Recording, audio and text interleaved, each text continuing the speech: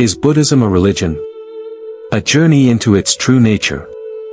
When we mention Buddhism, many people automatically place it among the major world religions, alongside Christianity, Islam, or Hinduism. From a sociological perspective, this isn't wrong. Buddhism does have temples, rituals, scriptures, and a large following.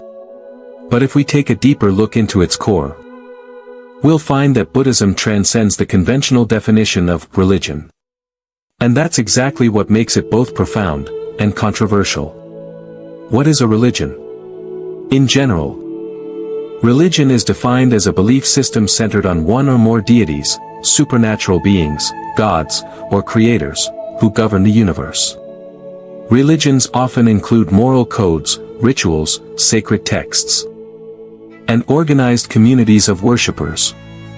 Christianity believes in an all-powerful God. Islam reveres Allah. Hinduism embraces a pantheon of gods. In most of these frameworks, humans play a passive role, believing, praying, submitting to divine will. But Buddhism is different. Buddhism does not rely on a creator God. The Buddha never claimed to be a god, nor a divine figure.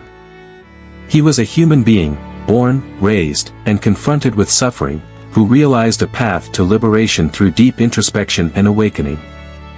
His story doesn't begin with a heavenly revelation but with profound human insight. He did not preach that the world was created or governed by a supreme being. Instead, he revealed the truth of dependent origination, that everything arises due to conditions, and nothing exists independently. The universe, in Buddhism, follows the law of cause and effect, karma, not the will of a deity. In short, Buddhism does not demand blind faith, but encourages wisdom, observation, and direct experience. Faith in Buddhism is not faith in someone else, but in your own potential. You may have heard people say, you don't need to believe in Buddhism, you need to understand it. That's partly true. Buddhism does include faith, but it is a different kind of faith. Buddhist faith is not about believing in a supernatural being who will save you. It is about trusting the path of awakening. It is about believing that you have the capacity to transform your suffering and awaken the wisdom already within you. According to the Buddha, all sentient beings have Buddha nature, the innate potential for enlightenment. The question is not whether salvation will come from outside, but whether we are willing to turn inward, face our ignorance, and clear away the defilements of the mind. Thus, Buddhist faith is not passive submission, it is active transformation. Buddhism does not ask for worship, but for practice and awareness. Another key difference, Buddhism doesn't revolve around worship. While many practitioners offer incense, chant sutras, or bow before statues of the Buddha, these acts are not ends in themselves. You may chant, bow, or make offerings, but if your heart is still filled with anger, attachment, or greed, you have not truly walked the path. The essence of Buddhism lies not in external forms, but in internal change. The most important practice is not reciting a name, but staying mindful, moment by moment, of your thoughts, emotions, and actions. To follow the Buddha is not to pray to him for miracles, but to live as he lived, with compassion, mindfulness, and deep insight. Buddhism is a philosophy, but also much more. Some scholars say Buddhism is a philosophy of life. And that's accurate in many ways. It offers a worldview, a moral framework, and a profound understanding of suffering and liberation. It doesn't rely on dogma, but on inquiry and contemplation. Yet, to call Buddhism only a philosophy would be limiting. Buddhism is not just something to study, it is something to live.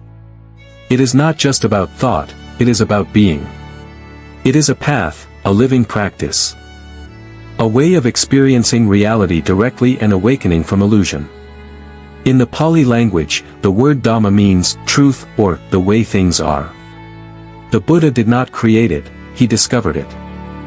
And he invited others to walk the path, not out of belief, but out of their own deep seeing. In that sense, Buddhism is not about following someone, it is about finding your own way. guided by wisdom and compassion. So what is Buddhism, really? If you need a definition, perhaps this one will help. Buddhism is a path of awakening, not based on superstition or divine intervention, but on awareness, understanding, and liberation from suffering. Yes, Buddhism can be called a religion, if we define religion as the search for ultimate truth and meaning. But it also goes beyond that label, because it does not ask you to believe, but to see. Not to wait for grace, but to live with clarity. In the end, the real question is not, is Buddhism a religion? But rather, are you living it? Are you walking the path of awakening? You may go to a temple and offer incense, but are you also offering kindness in your daily life? Are you cultivating mindfulness? Letting go of craving and seeing the impermanence of all things? If yes, then you are practicing Buddhism, whether or not you call it a religion. So what do you think? Is Buddhism, to you, a belief system, a philosophy, or a way of life? If this message resonates with you, don't forget to subscribe to the Dharma Journey, where we explore more insights from the Buddha's teachings, not to follow blindly, but to awaken consciously. May peace and clarity be with you. Namo Shakyamuni Buddha. What is religion? A deep look into the nature of belief and the search for the sacred. Throughout human history, people have asked profound questions. Who am I? Where does life come from? What happens after death? Who governs all of this? Out of these questions, religion was born, not simply as a set of rituals or beliefs, but as a deep response to the human longing for meaning, safety, and connection to something greater than the self. But what is religion, really? Is it just a belief in a divine being? A system of worship? Or is it something more, a path that invites us to awaken to the truth of existence? To understand this more clearly, let's explore the three fundamental elements that most traditional religions share. 1. Faith in a supreme creator or divine being. Most of the world's major religions, such as Christianity, Islam, and Hinduism, begin with a foundational belief that there exists a divine, supreme being, or beings, who created the universe, governs it, and ultimately holds the fate of human life. In Christianity, this is God the Father, the Creator, who gives life, death, and salvation. In Islam, it is Allah, unique, omnipotent, and absolute. Hinduism embraces a vast pantheon of gods, each with their own attributes, powers, and cosmic roles. This kind of faith offers comfort. It gives people a sense that even in the chaos of life, someone is watching over them. It gives meaning to suffering, suggesting that pain may be part of a divine plan, a test of faith, or a path to redemption. But when that faith becomes blind, when people wait for miracles instead of acting mindfully, it can also lead to dependence, passivity, and spiritual stagnation. 2. Rituals, doctrines, and binding moral codes. Another core aspect of religion is the presence of rituals, acts of worship like prayer, fasting, baptism, sacrifice, and pilgrimage, meant to bridge the human and the divine. These rituals are often accompanied by doctrines, fixed beliefs that must be accepted as truth. In Christianity, there's the Nicene Creed. In Islam, the 5 pillars. In Judaism, the 10 commandments. These beliefs are not up for debate, they are divine truths to be accepted without question. Religions also include moral laws that govern daily life, covering everything from diet and dress to sexuality and ethics. Violations may be met with punishment either in this life or the next. Such frameworks create structure. They offer guidance, a sense of order, and clarity. But they can also become rigid, turning spiritual growth into mere compliance, and sacred teachings into dogma. 3. A religious community or fellowship of believers. Religion is rarely practiced in isolation.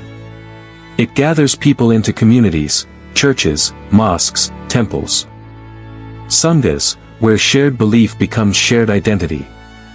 These communities offer support, connection, and belonging. They become spiritual families, where individuals can find solace, guidance, and healing. But when religious identity becomes divisive, separating us from them, creating conflict or even war in the name of God, then religion strays far from its sacred purpose. True spiritual community should unite hearts, not build walls. It should nourish compassion, not judgment. So, what is religion? At its essence, religion, from the Latin religare, to bind, or to connect, is the human effort to connect with the sacred, the eternal, the unseen. It is the longing to bridge the gap between our finite lives and something infinite, something deeper than the surface of our daily experience. Religion is not only about belief. At its best, it is about transformation. It is a response to the existential questions that arise when the intellect can no longer provide answers, and the heart begins to search for truth. True religion is not blind faith, but faith illuminated by wisdom. It is not ritual for ritual's sake, but practice that awakens the heart. It is not a place to hide from life, but a path to engage life more fully and consciously. And then, there is Buddhism, a religion unlike any other. Now, when we examine the typical characteristics of religion, belief in God, fixed doctrine, worship communities, Buddhism seems to stand apart. The Buddha never claimed to be a god. He never offered salvation through divine grace. He was a human being who woke up, and taught others how to wake up, too. Rather than urging followers to believe, he encouraged them to investigate, to observe, to question. His teachings were not commandments, but invitations. Come and see for yourself. Buddhism has rituals, yes. Temples, chants, robes. But these are not the core. The heart of Buddhism is practice, mindfulness, insight, ethical living, inner transformation. Buddhism has a sangha, a community of practitioners, but not to enforce conformity. The sangha exists to support awareness, compassion, and growth. So, is Buddhism a religion? In some ways, yes. It offers a path to transcend suffering. It points to ultimate truth. But it doesn't ask for submission to a higher power, it asks you to awaken the higher potential already within you. In that sense, Buddhism is a sacred path, not of belief, but of becoming. Final reflection. When understood deeply, religion is not about escaping life, but living it more fully. Not about fearing the unknown, but embracing the mystery. Not about following blindly, but walking with clarity and intention. Whether you call it religion, philosophy, or spiritual practice, what matters most is not the label, but the lived experience. The real question is not, what is religion? But rather, does your path bring peace to your heart? Does it help you see clearly? Love deeply? Live wisely? If it does, then you are walking a sacred path. And no name is needed. How is Buddhism different? A path not based on faith, but awakening. When we think of religion, most people envision belief in a supreme being, God, the all-powerful creator of the universe, who controls the fate of humanity and becomes the final refuge for the soul. In that framework, religion operates through devotion, worship, and rituals directed toward a higher force, often in hopes of protection, blessings, or salvation. But Buddhism walks a completely different path, quiet, profound, and revolutionary. It does not begin with belief in a deity, nor does it rely on grace from outside. Instead, it starts from something deeply human. The raw experience of suffering, and from there, it opens a way to transform that suffering through wisdom, insight, and direct realization. 1. The Buddha never claimed to be a god. One of the clearest distinctions is this: the Buddha never claimed to be God, nor did he claim to possess supernatural powers to rule the universe. He never said he created life, nor did he present himself as someone to be worshipped. What made the Buddha extraordinary was not divine power, but awakened wisdom. He was a human being, subject to birth, aging, illness, and death, who encountered suffering just like the rest of us.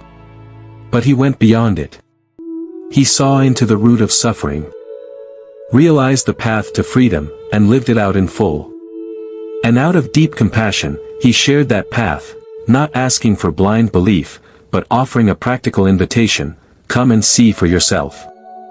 2. No concept of a divine creator in Buddhist teachings. Unlike theistic religions, Buddhism does not posit a supreme creator who made the world and governs it. The Buddha did not teach that the universe was crafted by a divine will. Instead, he revealed the principle of dependent origination, that all phenomena arise due to causes and conditions. Nothing exists independently. Nothing arises from nothing. Everything, including our thoughts, bodies, emotions, and identities, exists in a web of interdependence. The world flows not from a single act of divine creation, but from infinite patterns of cause and effect, karma and conditions coming together in every moment. This perspective removes the need for supernatural explanations and places the responsibility and power directly in our own hands. Buddhism, then, is not a belief system asking you to accept what you cannot see, but a practice that invites you to observe, inquire, and know directly. 3. The focus is not prayer, but transformation through practice. In many religions, prayer is central, a way to connect with God and seek divine intervention. But in Buddhism, the emphasis is not on petitioning a higher being, but on training the mind and transforming one's life through inner discipline. No one can grant you liberation. No one, no God, no prophet, no sacred being, can take away your suffering for you. The Buddha made this clear: he does not save, he shows the way. And that way lies in your own breath, your own thoughts, your own daily actions. Through ethical living, sila, meditation, samadhi, and insight, panna, you gradually loosen the grip of ignorance, craving, and delusion. Prayer, if used in Buddhism, is not about asking, it is a form of concentration, a reminder of our aspirations. But the heart of the path is still direct cultivation of awareness, compassion, and wisdom.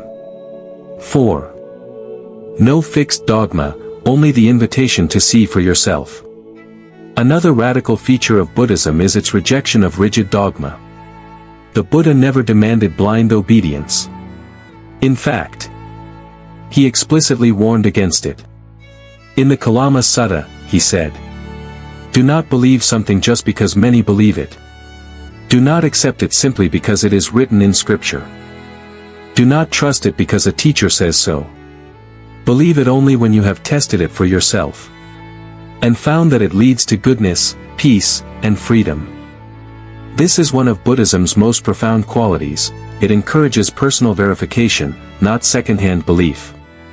The teachings are not commandments to follow, but tools to investigate, question, and experience. Each person is responsible for their own understanding. Buddhism is not a doctrine to accept, but a lens to look through. 5. The ultimate goal: awakening and freedom from suffering. Most religions offer some form of heavenly reward, paradise, eternal life, a reunion with the divine, if one follows the right path. But Buddhism doesn't promise heaven as an external place or as a reward for faith. The final goal of Buddhism is nirvana, a state of inner peace, beyond birth and death, beyond the flames of craving and aversion. Nirvana is not a location or realm. It is not something you go to. It is the complete ending of mental suffering, the extinguishing of greed, hatred, and delusion. It is not given to you by a god. It is discovered by turning inward and seeing clearly. And most importantly, this path is open to anyone. Not chosen by divine grace, but available through personal effort, right understanding, and sincere practice. The path is clear. The method is practical. And the fruit is freedom. Buddhism is not based on worship, but on awareness. Not on devotion to a deity, but on direct experience. Not on salvation from above, but on awakening from within. Though Buddhism may resemble a religion in some forms, with temples, monks, and rituals, its essence transcends labels. It does not ask you to believe, it asks you to see. It does not demand submission, it offers understanding. This is a sacred path that doesn't begin with God, but with suffering. And it ends not with heaven, but with freedom, here and now. A religion without a God. A journey without dogma. A practice without blind faith. But with profound inner transformation, available to all. Why do many Western scholars call Buddhism a philosophy of life? When a spiritual path becomes a way of living mindfully. In the Western world, where reason, critical thinking, and science are held in high regard, many scholars, psychologists, and philosophers approach Buddhism not as a religion, but as a profound and practical philosophy of life. A way of living that does not demand blind belief or devotion to a higher being, but instead begins with a deeply human question. How can I live without suffering, and find peace in the present moment? It's through this lens that Buddhism is seen not as dogma, but as a path of awareness, a method of inner transformation, and an invitation to wake up to reality as it is. 1. Buddhism is not based on belief, but on direct experience. One of the key reasons Buddhism is viewed as a life philosophy is because it doesn't start with belief. The Buddha didn't ask his followers to worship him or to blindly accept his words. In fact, he encouraged the opposite. He said, "Do not believe something just because it's written in scripture. Do not believe it simply because a respected teacher said it. Believe it only when you have tested it for yourself, and seen that it leads to peace and freedom." This is the spirit of a true philosophical inquiry, grounded in personal reflection, critical thinking, and direct experience. Whereas many religions ask for faith first and understanding later, Buddhism says, practice first, then you will understand. Trust is not demanded, it is earned through clarity and insight. This is what some scholars call faith guided by wisdom. 2. The heart of Buddhism is not worship, but meditation and mindfulness.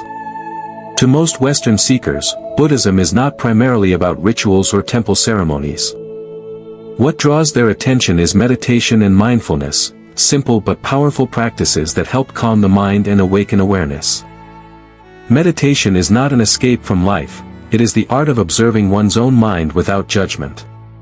Through it, we learn to return to the present moment, see our suffering clearly, and gradually untangle ourselves from it. Mindfulness, similarly, is not a belief, it's a way of being. It's the act of bringing full attention to whatever you're doing, walking, eating, breathing, listening, without distraction or resistance. And what's truly remarkable is that modern science now validates these ancient practices. 3. Buddhism and modern science, meeting in the mind. Over the past few decades, Western scientists, especially in psychology and neuroscience, have begun to explore Buddhist teachings not as religious claims, but as a science of the mind. Countless studies have shown that mindfulness meditation reduces stress, improves focus, calms anxiety, and even rewires the brain in positive ways. Programs like MBSR, Mindfulness-Based Stress Reduction, by John Kabat-Zinn and MBCT, Mindfulness-Based Cognitive Therapy, are rooted in Buddhist meditation practices, yet are now used widely in hospitals, therapy centers, and schools across the West. This shift has allowed Buddhism to be seen less as a belief system, and more as a practical method for healing, emotional balance, and mental clarity, applicable to anyone, regardless of religion or culture. 4. The Buddhist teaching of no self, a revolution in Western thought. One of the most profound, and challenging, ideas in Buddhism is the concept of anatta, or no self. While most religious or philosophical systems are built around the idea of a stable, eternal self or soul, the Buddha taught that the self is not a fixed entity, but a flowing process, made up of changing physical sensations, thoughts, emotions, and consciousness. This doesn't mean the self is meaningless. Rather, It means that what we call I is not solid or permanent, and clinging to it is the root of suffering. This idea has deeply influenced Western philosophy and neuroscience. It challenges long-standing assumptions about identity, consciousness, and what it means to be a person. And more than that, it offers liberation.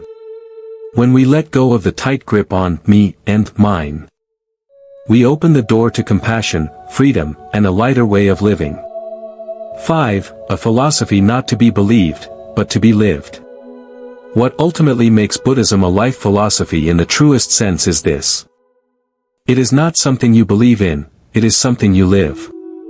It's not meant for debate, but for practice. It's not for escaping life, but for diving more deeply into it. It's not about waiting for heaven later, but about waking up here and now. Every teaching in Buddhism asks, are you acting from kindness or craving? Are you speaking from awareness or reactivity? Are you truly living, or just running from one distraction to the next? In this way, Buddhism becomes not just a spiritual path, but a mirror for self-inquiry, a training in compassion, and a guide to living with intention and grace. It is philosophy in the highest sense, not abstract theory, but a lived truth. A way of being that sees the world clearly, meets suffering with wisdom, and embraces each moment with a quiet smile. So, what is Buddhism, really? Religion, philosophy, or a path of awakening? For over 2,500 years, Buddhism has flowed quietly and steadily, crossing borders, transcending language and culture. Yet even today, one simple question continues to spark deep reflection and debate. What exactly is Buddhism? To some, Buddhism is clearly a religion. There are temples, rituals, monks, chants, sacred texts, and holidays. To others, Buddhism is not a religion at all, but a philosophy of life, a way of thinking, a form of meditation, a practice of self-awareness that does not rely on belief in any god. For others, it's a spiritual psychology, a method of healing the mind through mindfulness. And for some, it's simply a cultural expression, a gentle, serene way of living rooted in the East. So what is the truth? How should Buddhism really be understood? Is it a traditional religion? A philosophical system? Or something that goes beyond all definitions? 1. On the surface, Buddhism looks like a religion. From the outside, it's easy to categorize Buddhism as a religion.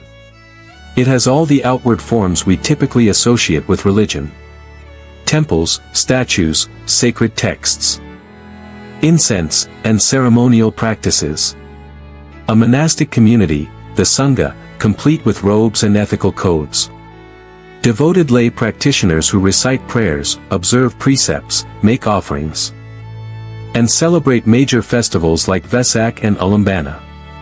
Ancient traditions, rituals, and schools of thought, each with their own lineage and symbols. All of this makes it perfectly natural for many people, especially across Asia, to see Buddhism as a structured, established religion. And indeed, for many communities around the world, it functions that way, as a shared cultural identity, a moral foundation, and a sacred way of life. But this is just the outer form. To stop at this level is to confuse the shell with the seed. 2. At its core, Buddhism is a philosophy and a path of direct realization. When we strip away the surface layers, rituals, traditions, temples, something quite unique emerges. The Buddha never claimed to be a god. He never said he created the universe. He never asked to be worshipped. He was simply a human being, someone who saw the truth of suffering and the way out of it. And from compassion, he shared the path with others. This is where Buddhism breaks from religious convention. It doesn't ask you to be saved by grace or redeemed by a higher power. It invites you to awaken, to look within and understand the nature of suffering for yourself. The Buddha once said, "Be a lamp unto yourself. Rely on your own wisdom. Do not depend on anyone else." This isn't the voice of a religious founder issuing dogma. It's the voice of a human being who walked through the fire of life, reached the other shore, and quietly pointed the way back. That's why so many thinkers, scientists, and seekers have come to view Buddhism as a practical life philosophy. A system of ethics rooted in compassion and non-self. A psychological training in mindfulness, awareness, and meditation. A spiritual journey that leads not to belief, but to freedom. 3. Buddhism doesn't ask you to believe, it invites you to see. Most theistic religions require faith first. You must believe before you can understand. But Buddhism turns this around entirely. The Buddha advised. Don't believe something just because others believe it. Don't believe it because it's written in a sacred book. Don't believe it because a teacher said so. Believe it only when you have tested it for yourself. And found it to be true and beneficial. This is not blind faith. This is experiential truth. It's not about trusting what others say, it's about seeing with your own eyes. That's why Buddhism encourages personal responsibility, introspection, and inquiry. It doesn't offer fixed dogmas to follow, it gives you tools to investigate. Each person walks their own path. And each person must take full responsibility for their thoughts, actions, and awakening. 4. Buddhism is the art of transforming suffering, right in daily life. Unlike traditions that speak of salvation in the afterlife, Buddhism begins here and now. It doesn't promise paradise after death. It asks, can you find peace in this very moment, even amidst difficulty? The Buddha did not teach people to escape suffering. He taught them to face it, understand it deeply, and go beyond it. He saw that suffering arises not from the world, but from within, from craving, ignorance, and attachment to the false sense of self. And through mindfulness, insight, and ethical living, he taught a path to dissolve these roots. This is not abstract philosophy, it's a way of living. Living with presence, knowing what you are doing and why. Living with integrity, causing no harm. Living with freedom, not grasping, not resisting, just being fully here. Buddhism doesn't ask you to become someone else. It asks you to come home to who you truly are, beneath all the noise. 5. Beyond all labels, Buddhism is a return to what is real. So what is Buddhism, finally? A religion? Yes, in many ways. A philosophy? Certainly. A path of meditation, healing, and inner transformation? Absolutely. But if you ask a sincere practitioner, someone who has truly walked the path, you might hear something different. Buddhism is not something to define. It is something to live. When you sit in stillness and observe your breath. When you respond to anger with compassion. When you face fear without running, then you don't need to ask what Buddhism is. Because you are living it. Buddhism is not there to be believed in. It is there to be realized. Not to build identity, but to dissolve it. Not to offer theories, but to offer freedom. Not to create new attachments, but to gently untie every knot inside. In essence, Buddhism is not a system. It's a mirror. It shows you your mind. It shows you how suffering begins, and how it ends.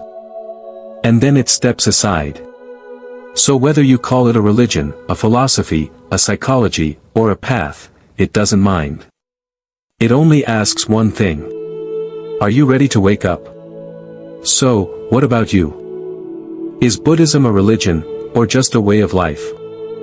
Now that we've explored both the outer forms and the inner depths of Buddhism, from rituals and temples to the silence of mindful awareness, how do you see it?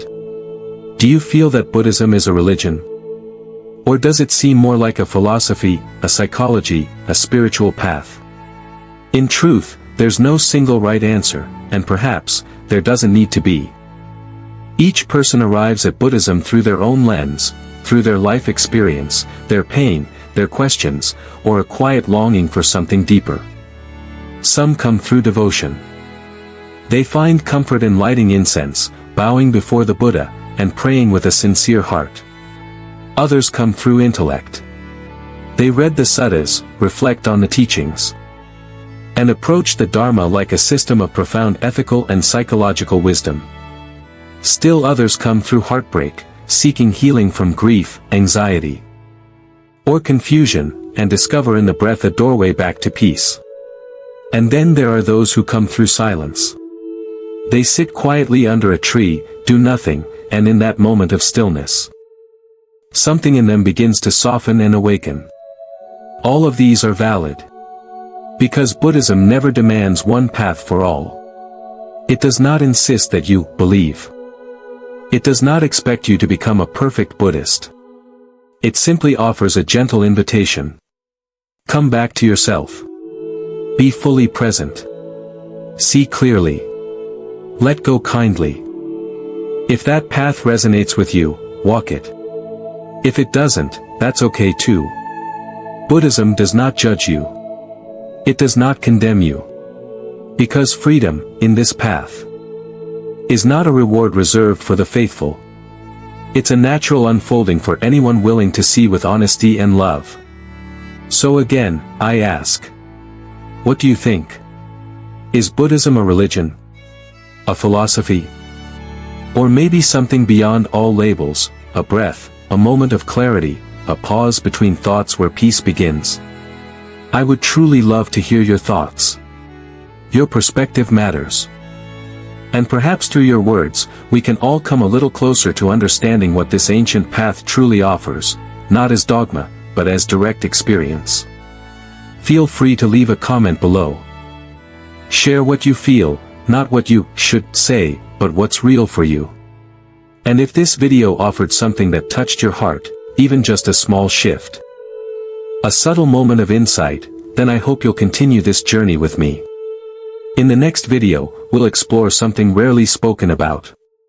5 hidden truths in Buddhism that outsiders rarely know. It's a quiet unveiling of insights often overlooked, but essential to truly understand the heart of the Dharma. Thank you for staying with me until the end. Wherever you are in your life, whatever you're going through, I trust there's a seed of awareness already alive in you.